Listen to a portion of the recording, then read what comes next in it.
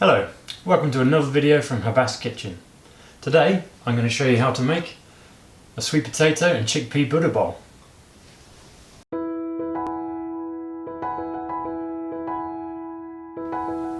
So for the ingredients we're going to need 2 tablespoons of oil. I'm going to use vegetable oil today, a medium onion, 2 medium sweet potatoes and a couple of handfuls of kale and enough broccoli for 2 people. So that's the veg. And for the chickpeas, we're going to make some spiced chickpeas today. For that we're going to need a tin of chickpeas, that's a 400 gram tin, and then a teaspoon each of cumin and oregano, and then just half a teaspoon each of chili powder and garlic granules. We're going to make a sauce to go with that.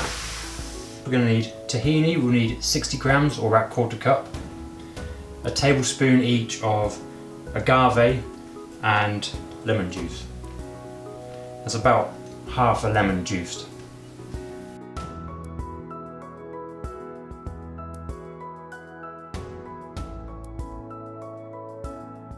So to get started, we need to preheat the oven to 200 centigrade or 180 fan assisted.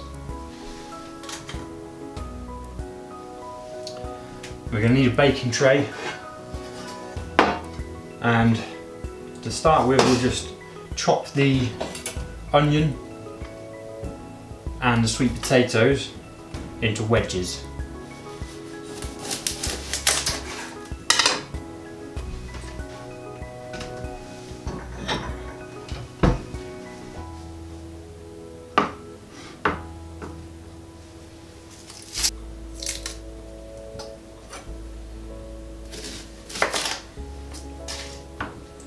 Okay, so I generally just cut the onion into halves, half again, and then half again.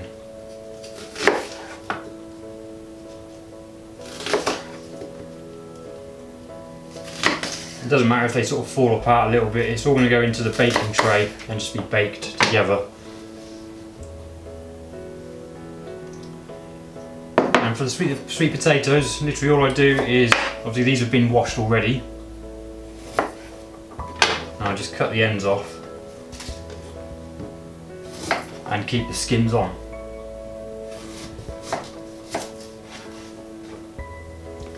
Then what I'm going to do is just going to, this time just half the sweet potatoes,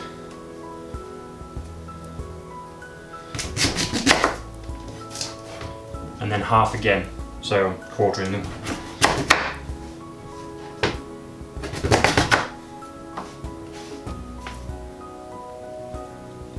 If you've got a particularly skinny sweet potato, like this one's a little bit skinnier than this one, then you might only need to halve them.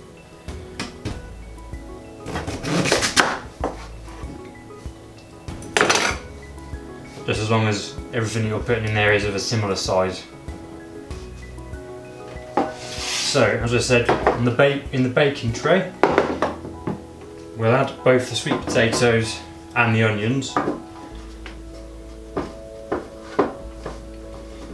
I'll start with having the skins facing up, so the flesh side facing down to start with, and then we'll turn them halfway. Okay, so the onions will just go in there as well.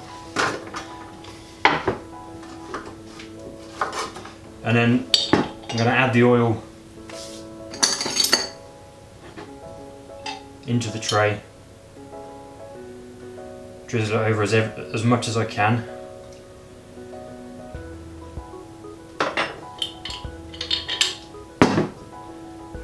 And then just move everything around. Just give everything a good coating basically. And we can season it with a little bit of salt and pepper, that's optional.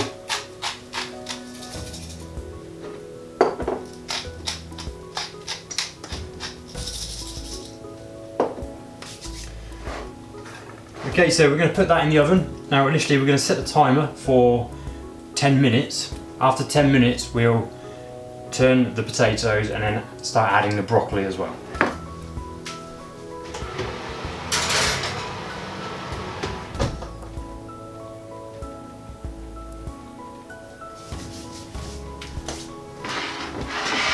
So while the potatoes and onions are baking for the first 10 minutes, and just do a little bit more prep. So I've got a huge broccoli here, which I'm just going to cut into stalks.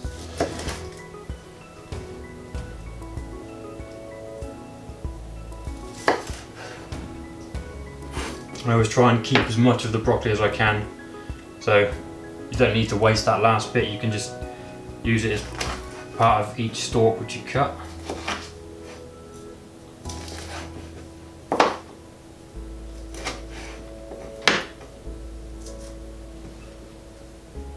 And again, the same as with the potato, just try and make sure everything's of a fairly even size.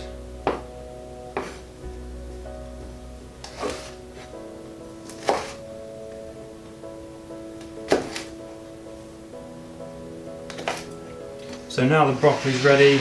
Just while we're waiting for the timer to go off, I'm just going to make the sauce as well. Now this is very easy.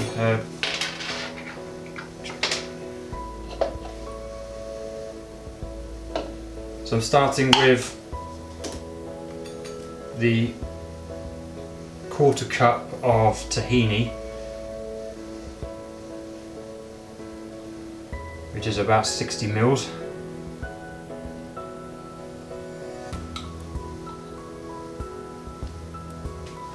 And to that I'll add a tablespoon of agave. You can use any syrup, sort of maple syrup or date syrup, something like that. Anything you want with this, if you have a preference. This is actually agave with maple, so it's quite nice. And then just a tablespoon of lemon juice, or about half a lemon juiced. So what we're going to do with that, just to thin it out, I'm going to add some hot water. So I've boiled the kettle, and I'm literally going to do a tablespoon at a time. It usually takes about 2 or 3 tablespoons of hot water. So I start with 2 and then just add some more if I need it. And then just grab a fork and literally just stir it around.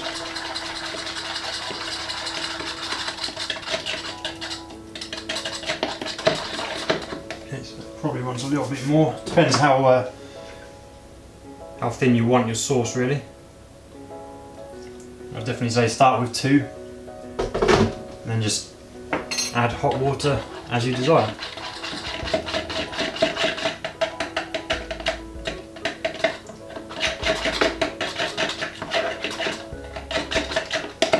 And give it one more, so that's 4 tablespoons for me.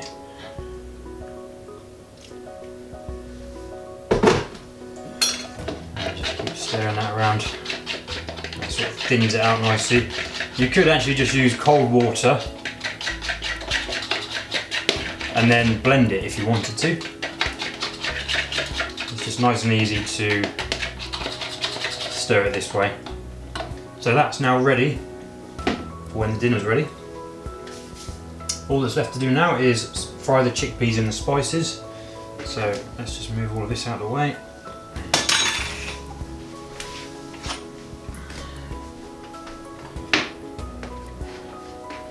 Leave that there. So ahead of frying the chickpeas, we actually need to just take out a bowl and obviously drain the chickpeas first.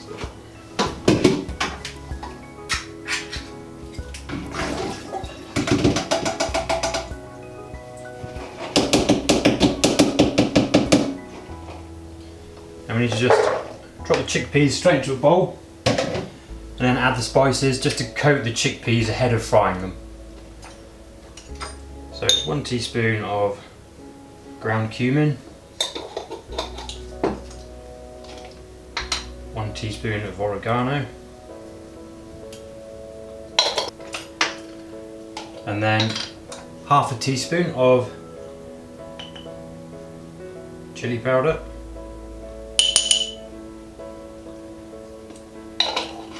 and half a teaspoon of garlic granules.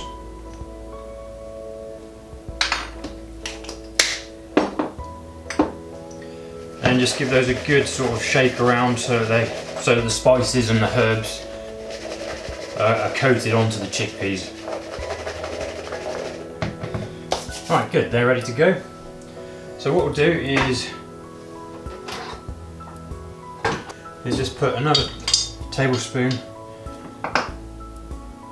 we're going to tablespoon of oil onto the frying pan.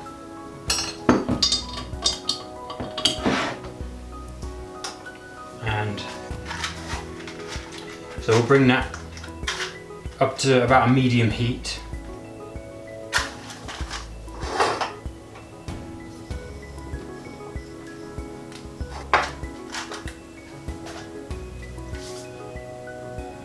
So as soon as that's up to heat, we can just drop the chickpeas straight onto that.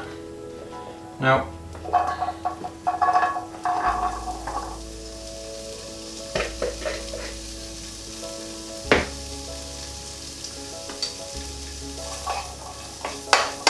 so the idea with this is just to keep the chickpeas moving around a bit and just don't let them over brown. It usually takes me 6 or 7 minutes to do this. And just be careful not to fry them for too long, because then they start to go a little bit chewy. You want them just to be a little bit firm, but start to go a little bit crunchy and brown. So you do have to keep an eye on them.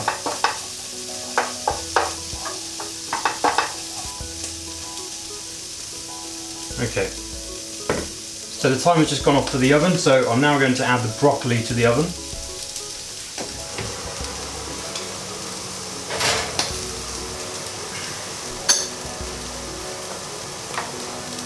And I'm also going to turn over the potatoes.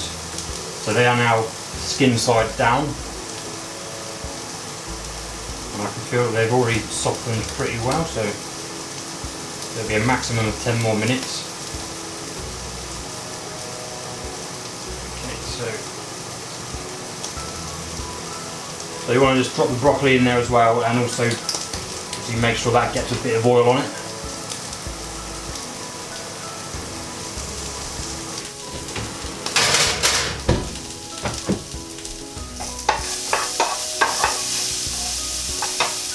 So this time I've set the timer for just 5 minutes, because then I'll put the kale in for the last few minutes with that.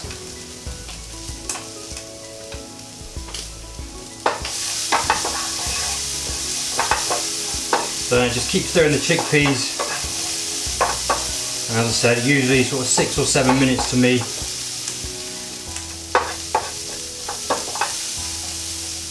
You might notice some of the chickpea shells start to come off, like the skin. But that's not a problem. So they are starting to look about done now. Some of them are sort of browning nicely. As I said, it's better to underdo them than overdo them, because once you overdo them, they do start to go a little bit chewy, which sort of not really what you want from your spiced chickpeas. So you can see they're not sticking, they're still moving around the frying pan nicely. So I'm going to remove those from the heat, and I'll just wait for the rest of it to be ready. I'm almost ready to put the kale in, and that'll only be for a few minutes. So let's just shift back to the side. Right, so what I actually like to do for the kale is put it in a separate baking tray and use some toasted sesame oil to coat it. Now you don't have to do this, you can just put it in the main baking tray with the vegetable oil. So I find the sesame oil just gives it a nice little flavour. Doesn't have to be too much, just a teaspoon or maybe a tablespoon. And just make sure that's all coated. So then we can add that to the oven for no more than 5 minutes. It probably won't need that long, just sort of 3 or 4 minutes. As I said, you're having just to put that into the main baking tray if you like. This is just the way I like to do it.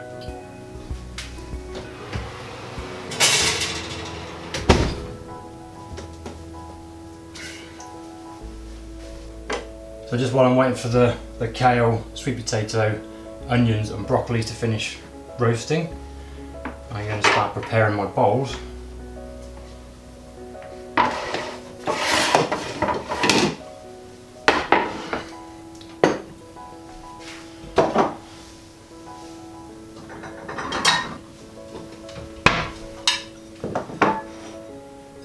Okay, so I've got my chickpeas and I've got the sauce. I'm literally just waiting for the oven to finish. So the kale's ready now. I'm just going to take that out of the oven.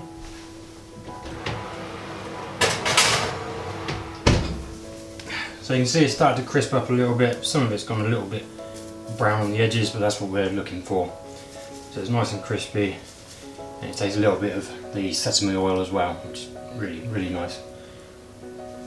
Just keep that to the side. So like with most Buddha bowls, it's a case of just getting everything into the bowl that you can. Presentation somewhat takes a back seat, but I think they look quite cool with the different colours, and certainly they taste good with all the different flavours. So for the sweet potato, I'm going to just take them off the baking tray.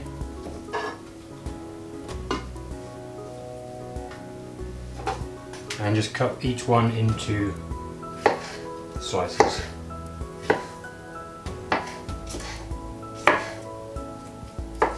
So I can then just put those straight into the bowls.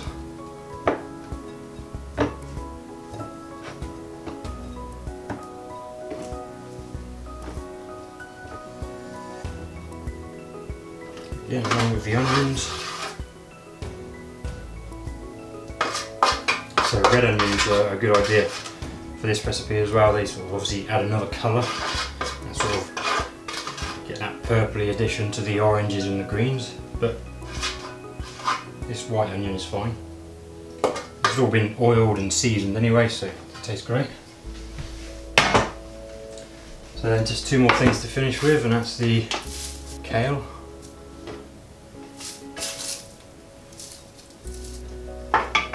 And the chickpeas. So the chickpeas, you just drop them straight on top. That's the best way to do it.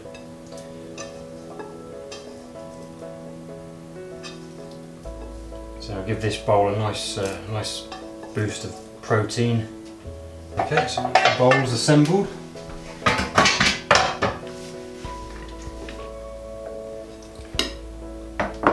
And there we are, 2 Buddha bowls full of plant-based goodness. So all that's left to do now is just drizzle some of the sauce over the top.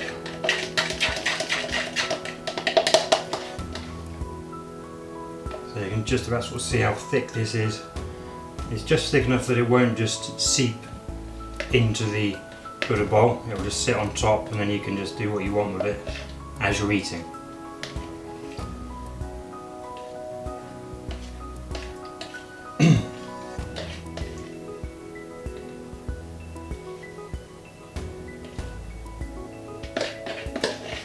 And if you don't like the sound of this sauce, then I will have a video coming out very soon with some vegan sauces and dressings on it, and showing you how easy it is to make them. So look out for that. So other than that, that's the end of the recipe. So I hope you enjoy this. I hope you have a go at making it, and if you do, please let me know how you get on. Leave some feedback in the comment section down below. Remember to like and subscribe. I'll see you in another video.